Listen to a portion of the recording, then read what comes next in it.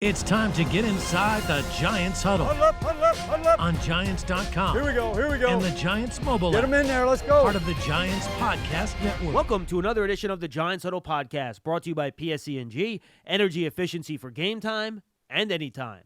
Visit PSEG.com/Giants for discounts, rebates, and home energy assessments. Hello, everybody. Big show coming your way today. My name is John Schmeelk.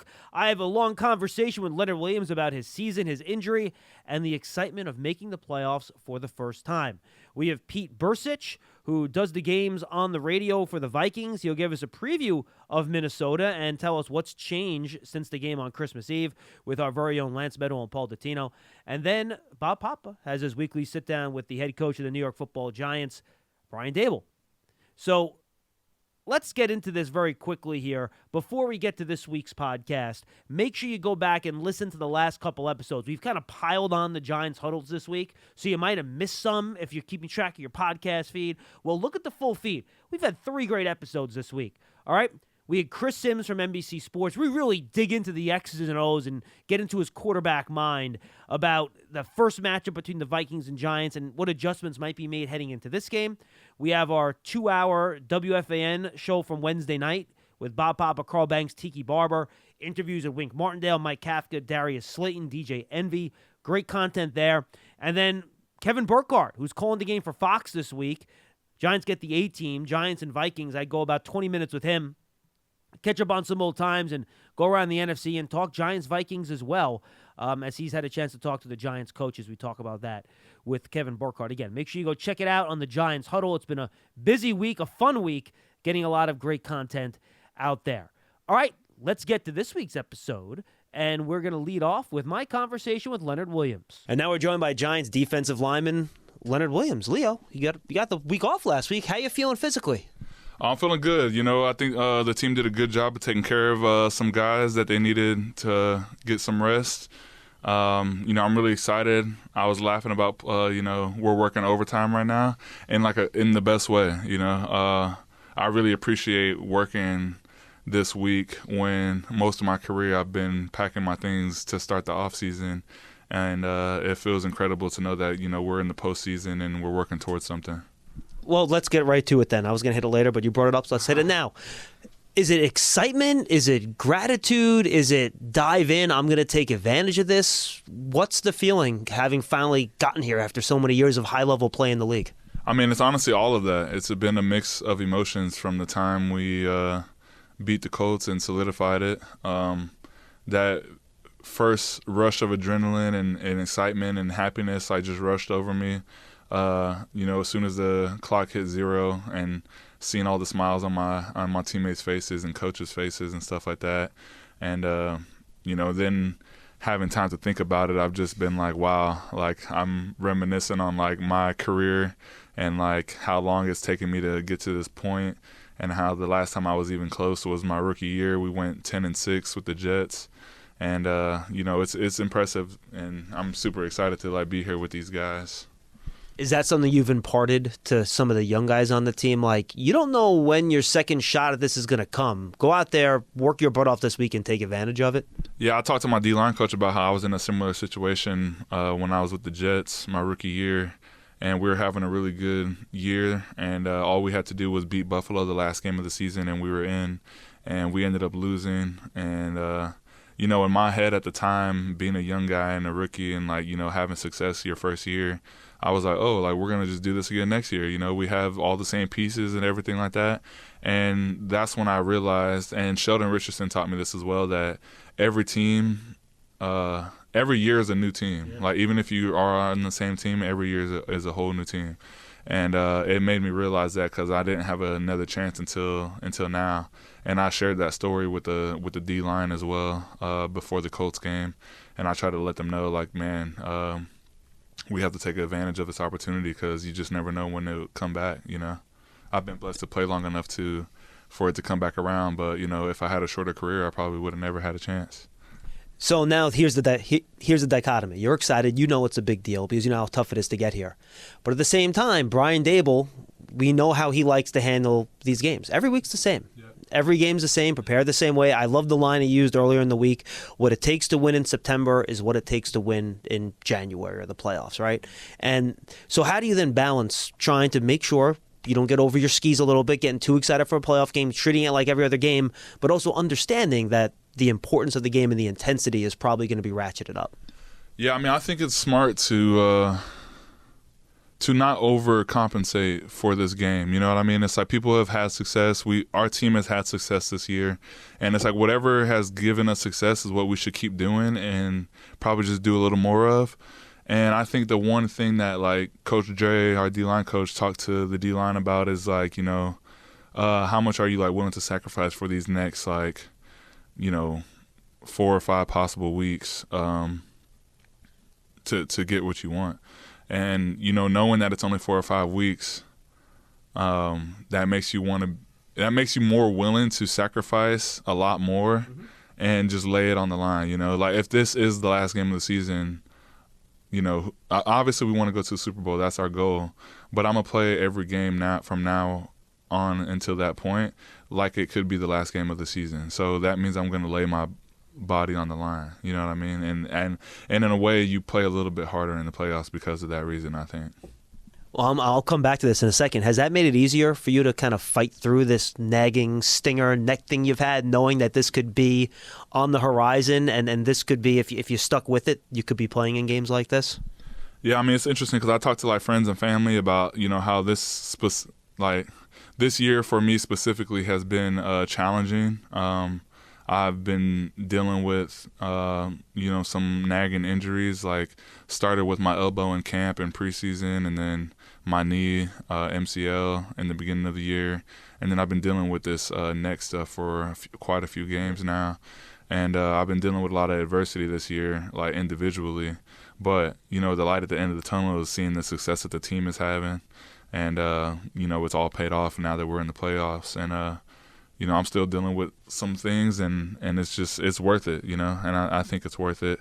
This is what we signed up for as athletes. I knew eventually my body was going to give at times, and, you know, I've been blessed enough to play this long and have it be durable. And, you know, like I said, it's all worth it, and I would do it again. Is there anything you can do in these games to protect it? Because from what I'm watching you out there, it seems like you just get hit the wrong way. You get pain. You have to go into the tent. They treat. You come back up. You try to go in. You know, you'll watch the old school footage. Guys got the big neck rolls on from the 80s and stuff. Is there anything you can do to try to prevent those incidents in the game, or is that just something you're going to have to deal with the rest of the way? I mean, so far, I think it's something that I've been having to deal with for the rest of the way. I'm gonna try like a neck roll this week to like limit that. You know, that like snap back in my head and neck area. Because when I have like single blocks or like stuff like that, it's easy for me to just like throw my hands on a guy and like not put my face in there. When I get like hard double teams in the run game and like power and stuff like that, that's when I kind of have no choice but to like put my whole body into it. And that's when I get like a little bit of snap in my neck. Or if I make a tackle on a running back because he has like a running start, sure, and then I like shed into my gap, and then the running back is right there. You know, that's kind of how it started in the first place. But I mean, hopefully the neck roll helps this week. I tried it not too long ago, but when I went out and tested it like on a sled, it was like hard for me to have vision while I was in my stance, in the 3-point stance. So we didn't go with that specific one, and we ordered a few, and we're going to test a few of them out this week to see which one I can stand. Do you expect the intensity level to even go up to another point that you haven't maybe even seen in your career this week, being it's the postseason? I think so. I mean, I think even Jelly, Big Justin Ellis, he mentioned this because he's been in the playoffs, and that the speed of the game looks different. Even though this is the same team that we've played before, I feel like the intensity is going to go up because, you know, there's a lot more on the line this time around. I feel like guys are going to be studying harder.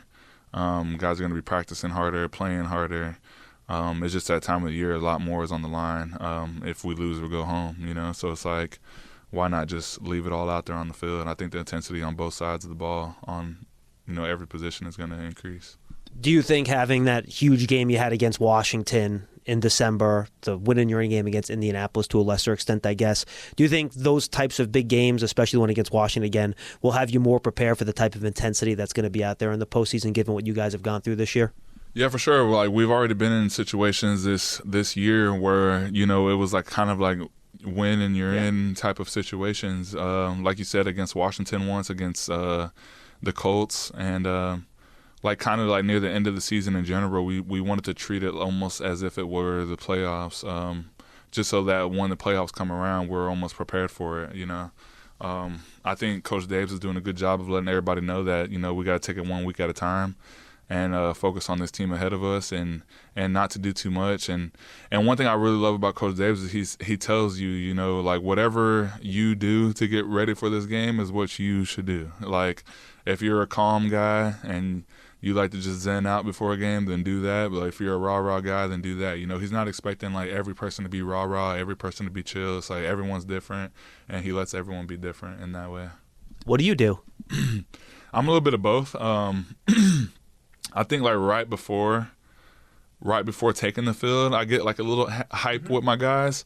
But like leading up to the game, I like to be like really chill. I don't like to like burn out too early. Exhaust myself too early, and I like to just like be calm and almost envision plays in my head and envision myself making plays in my head and stuff like that. All right, let's talk about the Vikings. This is now going to be the third time this year where you're facing an opponent for a second time within like a month, right? You played them on Christmas Eve only a few weeks ago. So how does that game and how it went impact your preparation and how you might anticipate what they're going to try to do to you guys in the game this week? I mean, it helps in a way to play a team, with a quick turnaround like that, because you kind of remember a lot of their tendencies and the guys and stuff like that. They do have, from my understanding, some changes on the offensive line. I think their right tackle has changed in their center as well. I heard that their center practiced yesterday, but we're going to prepare for whoever's on the field. And overall, I think our coaches and players are doing a good job of locking in and studying these guys, and I think we're going to have a pretty good game plan this week. How much do you look at the offensive linemen that might be playing in this game that you didn't face the first time as individuals, so you kind of know how to approach them, and how does that overall change your approach if you don't know exactly who's going to be where? I mean, the guards who I'm going to be going up against are the same. The tackle I'm probably not going to be on too many times. The center maybe a little, right? The center a little bit, yeah. So I still look at those guys, just in case not just in case, I will have opportunities to line up over them at times throughout the game, and I want to have the advantage, so I make sure that I study those guys as well. You mentioned tendencies, and I thought Wink broke some of his tendencies in that first game, right? You guys played a little bit more zone than man, and I thought in a lot of those plays, the Vikings called man beaters, a lot of crossers, and you guys were in zone, and he had nowhere to go with the ball. You guys got home, got the sack. Now, this is kind of a cat and mouse game now, right? So they're thinking, well, how are the Giants going to change things, and do we change things? We don't want to change too much. So is that kind of what you're working through in the meeting rooms right now, exactly what you change, when you change it, so you try to catch them at the right time? I mean, I think for the coaches, there's probably a little bit of that. And I think also they try to remind us that, we don't want to change too much for an opponent. At the end of the day, you want to make it about us and not them. And, you study your opponent to, like, pick up on tendencies and know what to do at the right time. But at the same time, you don't want to completely change who you are for your opponent. You know what I mean? And I think we're just going to have to keep being the type of defense that we are, And I think one thing I do love about playing with this defense is that we fly around and we play for each other, and we're very like selfless group. I would say. I think a lot of times on these pressures and like stuff like that, guys are willing to be the sacrifice for someone else to make a big play, and I think that's has come a long way. How much of a difference could it make? Well, we know Xavier McKinney's going to be on the field. We don't know about Adoree yet. But having those two guys who weren't there in that first game, how big of a difference could they make for your defense? I mean, I would say a big difference, I love playing with those guys. Both of their presence is felt when they're on the field. I feel a lot more comfortable pass rushing when I know I have, those guys back there. And I know Xavier shows up a lot in the run game and stuff like that. We definitely want both of them at their top this game. I know obviously the things you want to clean up, and they gained yards against you guys. 27 points is a decent amount, but they had a couple short fields too, right? Even though they got their yards, if you could do that again to them, Jefferson had his 140, but he only had one catch of 25 yards, right? That was it. It was a lot of short things. If you guys could repeat that and kind of keep them in check and keep yourselves in the game, were you happy generally with your performance in that first game, or did you think there was a lot of stuff that you guys would want to change and do better? I think so. I mean, I think I'm pretty happy with our performance overall. I think, just that receiver is he's great. He's a great receiver. I mean, he beats double coverage. He does all type of things, and he's gonna make his plays. There's guys on their side of the ball that get paid just like us, and we're gonna do our best to stop them. But they're obviously gonna make plays as well. I think what we did great is stop them from scoring too much, and I think that's where our defense has shown up big this year, is like in the red zone and 2-minute situations and stuff like that. So in my opinion, I don't mind. Like, we want to stop them from having too many yards. Obviously, that's going to stop their overall offense. But in my opinion, I'm willing to give up some yards if we're going to stop them in the red zone and if we're going to stop them from scoring. Only 2 more questions for you. Thank you for all the time, Leonard. We appreciate it. Dalvin Cook, they don't love to run the ball a ton. They're kind of a passing team, but Dalvin Cook's still really good. They run a lot of that outside zone, and if he gets an alley, he can be out of there pretty quick. So what are the keys for you guys to slowing down that run game? Yeah, like you said, he's a good player, especially given some space, and that's why they like to run so much zone and stretch. So he has a lot of room and space to find a hole and just hit it. And once he gets past that first, second level, he's a home run type of guy.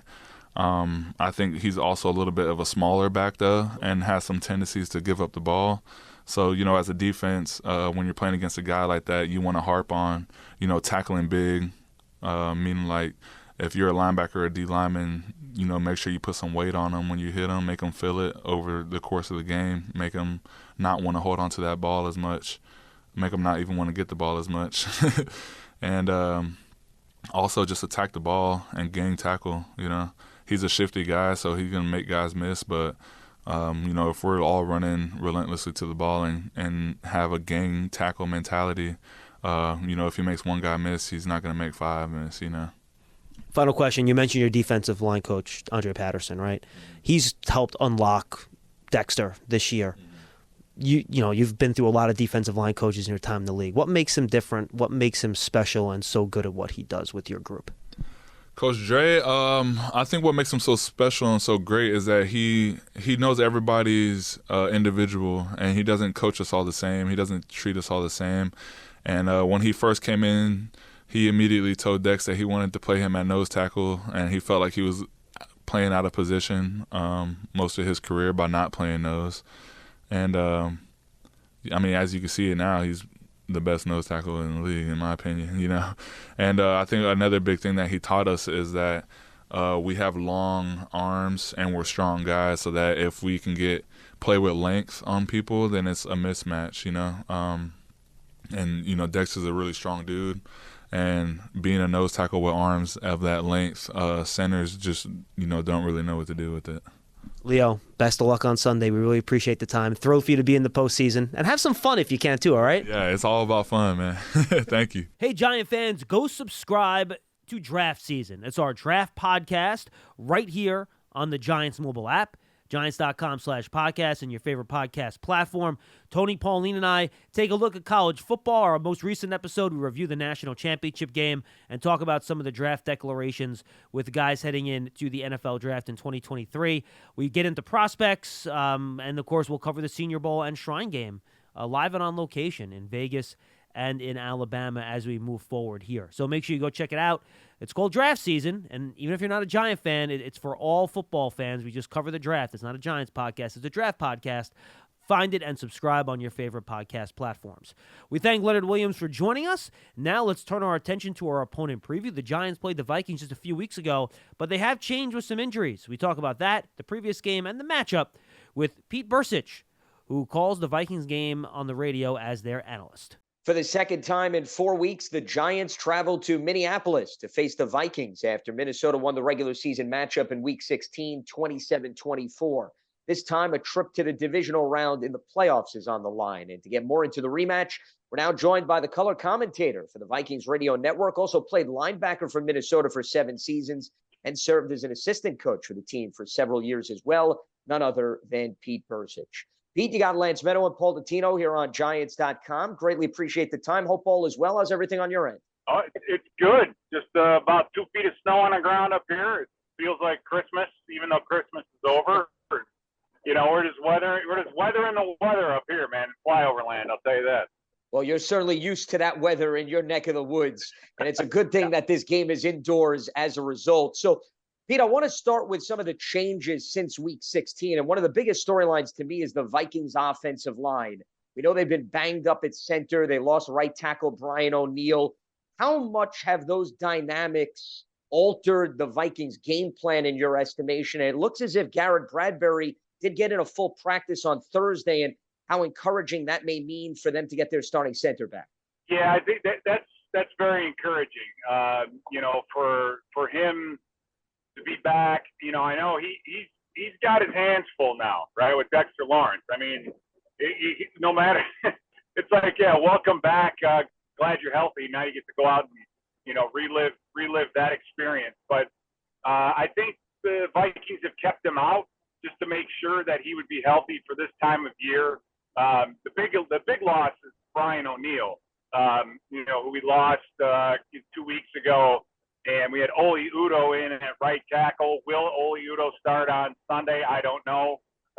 We don't know who they're going to put out there, but yeah, it's so basically when we see each other again, we'll have a brand new right tackle, and that should really be the only difference. But then you have a younger, inexperienced right tackle next to a rookie guard at Ingram, so. Yeah, you just hopped on my biggest concern for Sunday afternoon. Well, Pete, let me take a bigger picture look at this thing.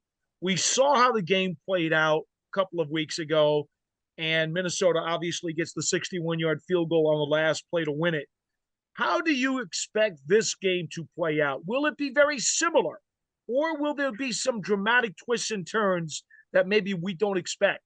Well, turnovers are always such a big thing, right? I mean, we needed a block punt, a fumble, and an interception to win that football game. You know, and those guys cannot forget that. This was not, yeah, you won the game, but you can't lump it in the pile with a bunch of other ones. And the fact that you needed some things to go your way, and I think that's the key. You know, defensively.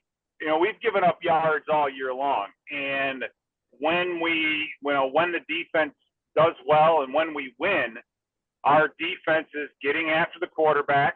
Zadarius Smith, didn't play last week. I think he's healthy. Danielle Hunter has come on as of late.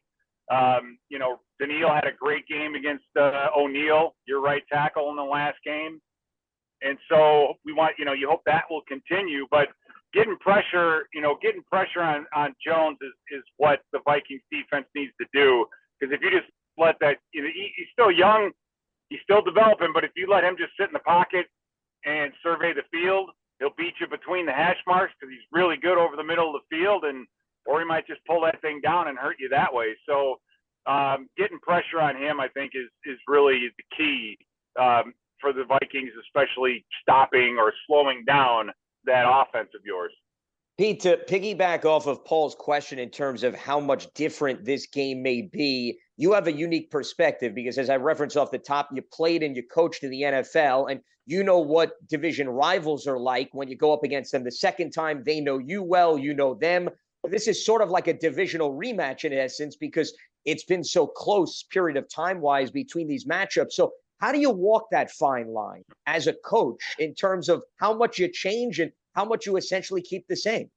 Yeah, and in that respect, these teams are pretty similar too, because there are a lot of players on both sides that have never played in a playoff game. And when you play in a playoff game, everything gets amped up, not just the energy, not just the excitement, not just the number of people watching, but the amount of film you watch, the game plan, everything becomes much more precise, right? And that's going to be a big deal, I think, for both teams, to weather. And you're right. These teams know each other very well. I mean, for us in the radio booth, this is almost like a week off. It's like, great, I can just pull out my flip card from 2 weeks ago, and just look at that and go off of that. So What that means, this game is going to be close. This game is going to be close. It's going to come down to a field goal. It's going to come down to something right at the end of the game. I have no doubt about it, unless one team, just doesn't or decides just not to show up. But yeah, this is setting up to be a very, very close football game between these two teams. It's going to be very, very exciting, and I can't wait for Sunday afternoon to roll around and have, this is only our second home game in the new stadium. The last one was the Minneapolis Miracle, where Stephon Diggs, caught the touchdown right at the end of the game to beat the Saints. So this is only the second playoff game.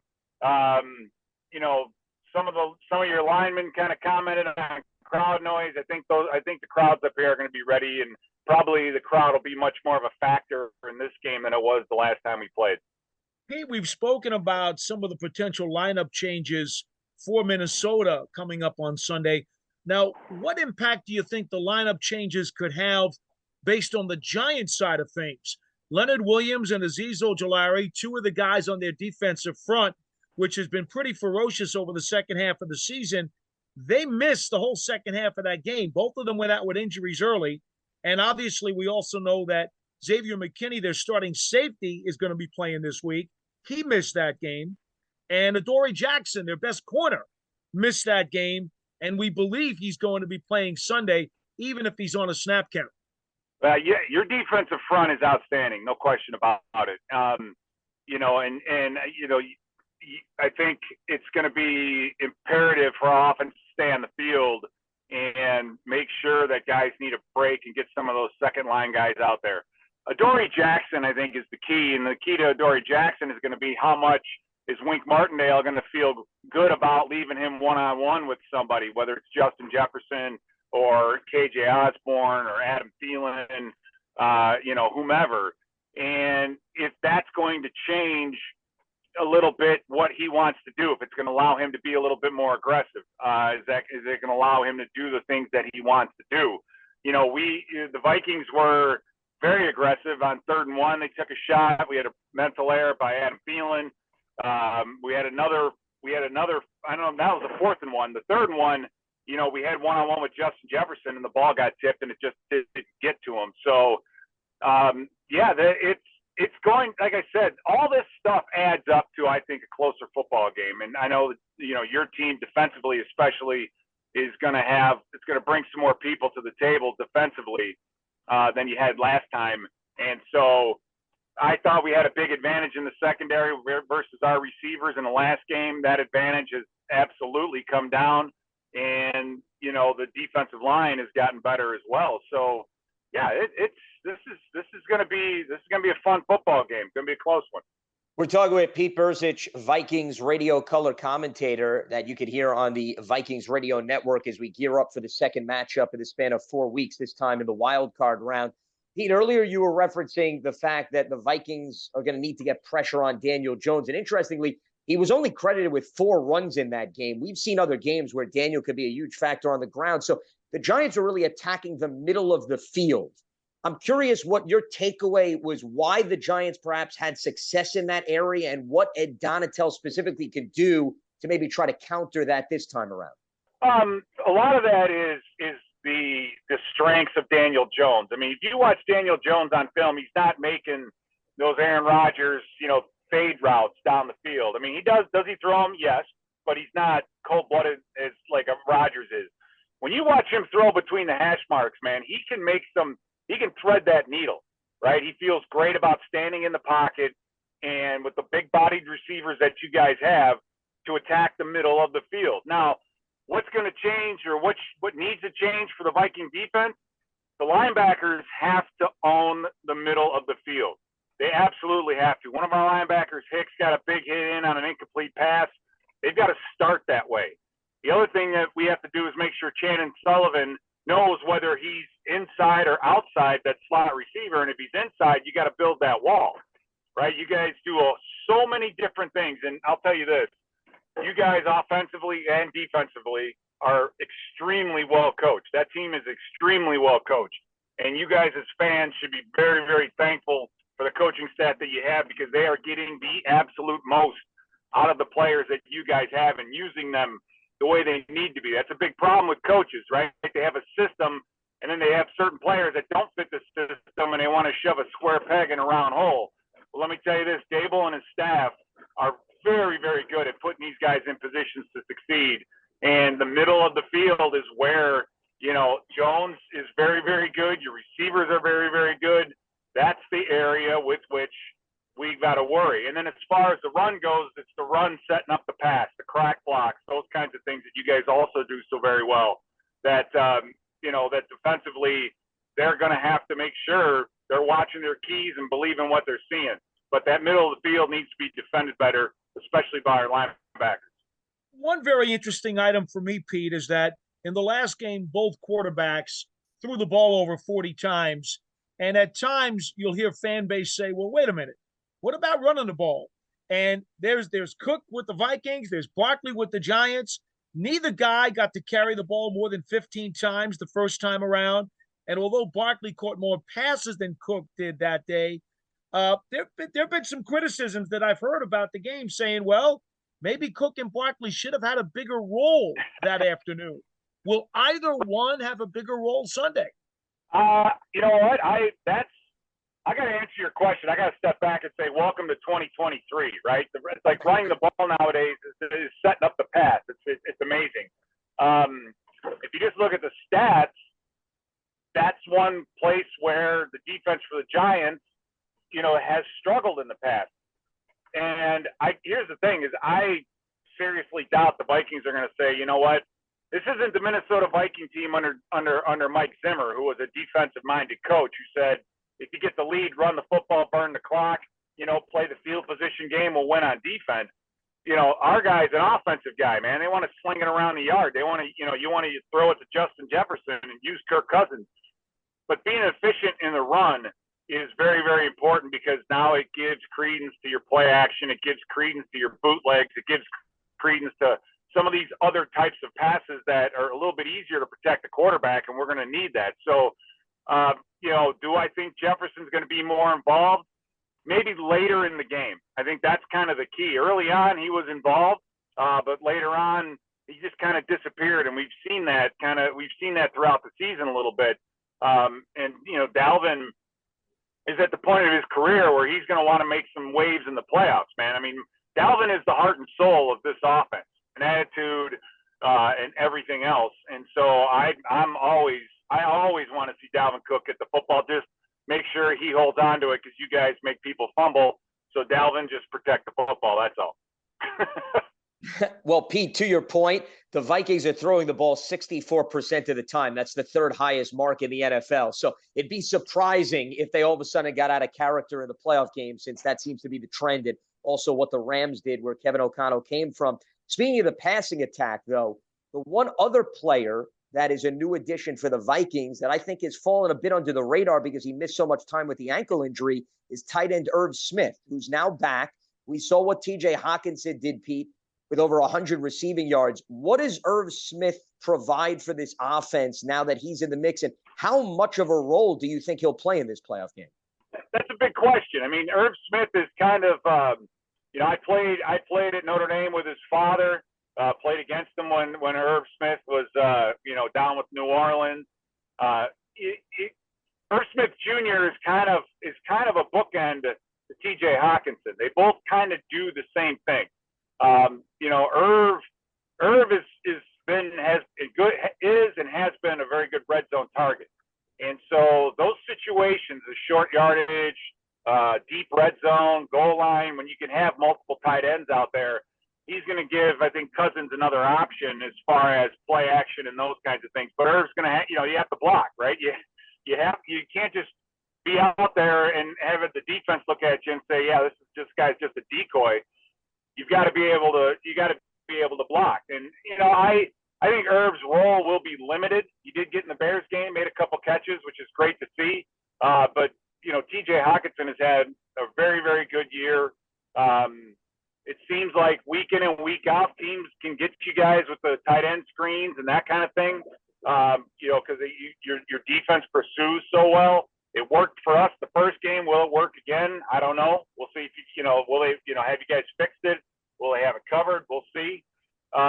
T.J. Hawkinson has been an outstanding add to this team. Once defenses decide that they want to commit a man and a half to Justin Jefferson, you've got T.J. Hawkinson underneath who should be able to win those matchups and has.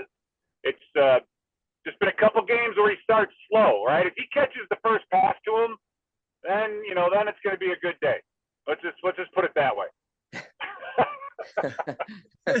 They say special teams is a third of the game. Well, in meeting number one, between the block punt that set up a short field that led to a Vikings touchdown and the 61-yard field goal that won the game, it might have been more than a third of the game the first time around, Pete. So I ask you, what do you think special teams will have in terms of an impact on this one? I know that T-Mac, the Giants special teams coordinator, told us today that the Vikings provide more heat and come after block punts more than any other team in the league. Oh, and we've got some guys that are pretty good at doing it. Patrick Jones is one of our outside linebackers, and he's involved in, here's a guy that rushes offensive linemen for a living. So when he gets out on a punt or punt return, he's happy. Josh Metellus has blocked 2 punts this year. So they've developed that skill, and they're good at providing that kind of pressure. Special teams, I don't expect any of those big kind of blocks and those kinds of plays to come, to be part of this one.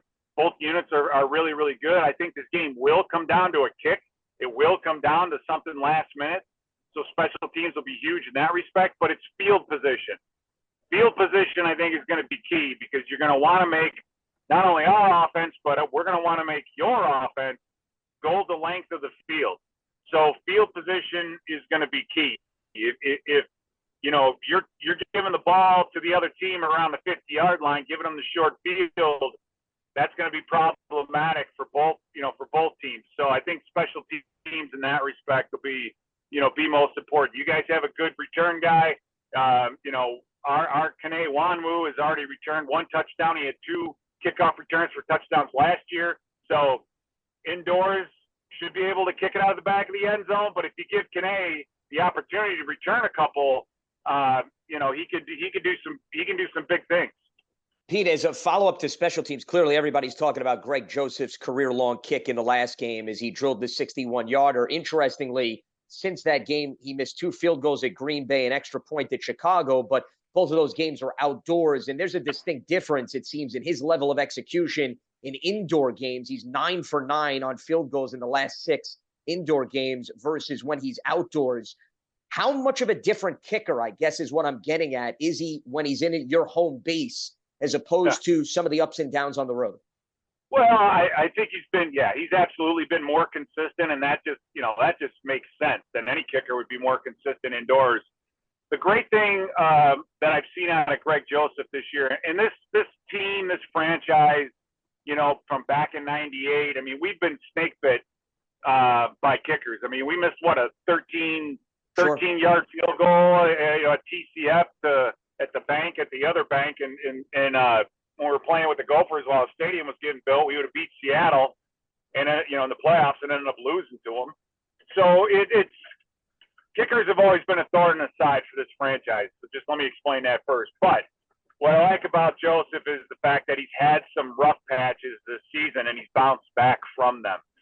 And I think when you look at kickers, in the whole, that's how they build resilience, right? I think that the ability to make some mistakes, but then come back and fix them, and then be able to do that over and over again, is going to help him out mentally. But I have a lot more confidence in his ability, as I'm sure everybody does. I'm sure he does, indoors instead of outdoors. Especially after drilling that 61-yarder to win the game against the Giants in Week 16. He is Pete Bercich, color commentator for the Vikings radio network. He says we're going to get another close game. Well, both of these teams have combined for 19 one-score contests in which they've been on the right side. So, Pete, based on that, those numbers support your cause. But greatly appreciate the time and the insight. Look forward to Sunday and look forward to talking down the road. Thanks so much, Pete. Thank you, guys. Have a good day. Hey, Giant fans, take your fandom to the next level with a season ticket membership. Stay connected to the club all year round, not just on game days. Memberships are now available for the 2023 season. To learn more about all the exclusive member benefits, visit giants.com/tickets. Limited inventory is available. We thank Pete Bercich for joining us. Thanks to Lance and Paul for doing that always thorough preview of the Giants' upcoming opponent. Now, let's turn our attention to the head coach of the New York Football Giants, Brian Daboll, who sits down with the voice of the Giants, Bob Papa. Giants take on the Minnesota Vikings. Wild card weekend is here. And as always, we're joined by the head coach of the New York Giants, Brian Daboll. And, Coach, just talk about the way your team has handled the workload this week. Obviously, you know, there's only a select amount of teams that are in the postseason, in the tournament. Have they kind of kept it? I know you have. Have they kept it as normal as possible? Yeah, we've stayed consistent with what we do, our process, how we practice, our meetings, our preparation. So, obviously, an important game. We know what's on the line, and those guys have done everything that they can do to be ready to go. Coach, your team has played with a tremendous amount of confidence throughout the course of the season as the plan that you've laid forth for them. Pretty simple, you know, take care of your assignments, do your job, and know what you're doing out there. And it feels like, I don't know, it feels like they have a quiet confidence, not an arrogant confidence. Do you sense that with them? Yeah, this is a humble group. I mean, we know what we have to do each week. Now, it doesn't mean we always do it or the results aren't, you know, what we always want, but they work extremely hard. They're humble. They're a good group. They're a good team in terms of togetherness and being able to fight through things. And, you know, what's the most important is how we play on Sunday. Coach, you played them on Christmas Eve. Obviously, you know, the game came down to a long field goal, but there were a lot of opportunities in that game that you guys didn't capitalize. How important was it for you guys to feel sort of their punch, meaning getting a chance to actually play against Jefferson and Cook and Thielen and Osborne and Hawkinson, as opposed to watching them on tape, but, you know, not really getting a feel for them on the field? You guys now have that. Yeah, it's almost like a division game. You know, we've played them one time. You know, we kind of understand some of the matchups, and they understand some of the matchups on their end. So anytime you play a team a second time, you know, obviously you've evaluated them, you've watched them, you've game planned for them, and most importantly, the players got a feel for one another, I'd say on both sides. So, you know, it's just going to come down to what team plays the best. Does it help too, Coach, just even for your team and your staff and everybody to get it? Now you have a sense of what the noise level is like. They had that whiteout on Christmas Eve. Being in that building, which can tend to be a loud building, that you even got a feel for what that tastes like. Yeah, no, it was loud. We expect it to be loud. You know, we've practiced in the noise as much as we can, but you know, the biggest thing is going to be how we communicate during those times when it is loud, and then ultimately how we execute. Because you played them already, is this a week where you had to work as a staff even longer and harder to try to identify what wrinkles that they may try to incorporate into their game plans on both sides of the ball? Yeah, I'd say it's been normal. You work a lot as a coaching staff to try to do what you can to help the players out, and you know, we just played them a few weeks ago, so we've watched a lot of tape, and then you watched a few games they played after us, and you know, there's always a lot of discussion on, you know, what do we need to do, what we think we need to do to give us the best chance. You've made a comment, and I thought it was a pretty cool one, and it's been repeated a lot, that what it took to win in week one is what it takes to win in the postseason, meaning, you know, going out and just playing the game and not letting the atmosphere overtake you. When you're talking to your team, you know, those first couple minutes of the game, the adrenaline rush and all that other stuff, is that an area where, you know, you want to just make sure that you get the game settled as quickly as possible so it becomes just a game? Sure. No, we've talked about that. Look, there's going to be a lot of juice in that building. You know, we've played in games this year, you know, in London on Monday night, on Thanksgiving, on Sunday night, where, you know, it's really the only game going on. And, you know, there's a little bit more cameras down there, more people early part of the game. And, you know, that's certainly the way it is in the playoffs. And, you know, a lot of people on the sidelines, a lot of juice. And, you know, once the coin toss goes and you get ready and you're sitting there and, you know, everything kind of settles down, you start playing the game, and really it's the game. But the other things that lead up to it, those are the things that are a little bit different. Coach, in the last meeting, you didn't have Xavier McKinney. He's been able to work himself back in. You've gotten a lot of your injured guys back, your team at full strength. Talk about just how he's progressed in coming back from his injury as far as being able to fit in and kind of resume his role. Yeah, no, it's good to have him back. It's anytime you have players out that are starters for you that come back, I think that's always helpful. He's been into it when he was out, and he's done a good job since he's been back, and we're going to need him to play well this game. Coach, obviously the run game is the most important thing on both sides of the ball, stopping it and making sure you get a consistent run game going.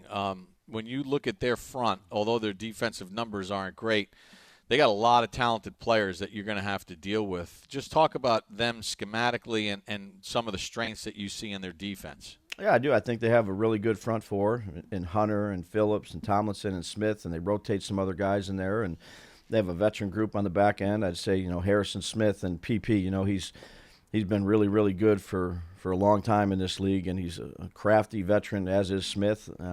It'll be a challenging day. They're a good defense. They play well together, and we're going to have to do a good job on the offensive side.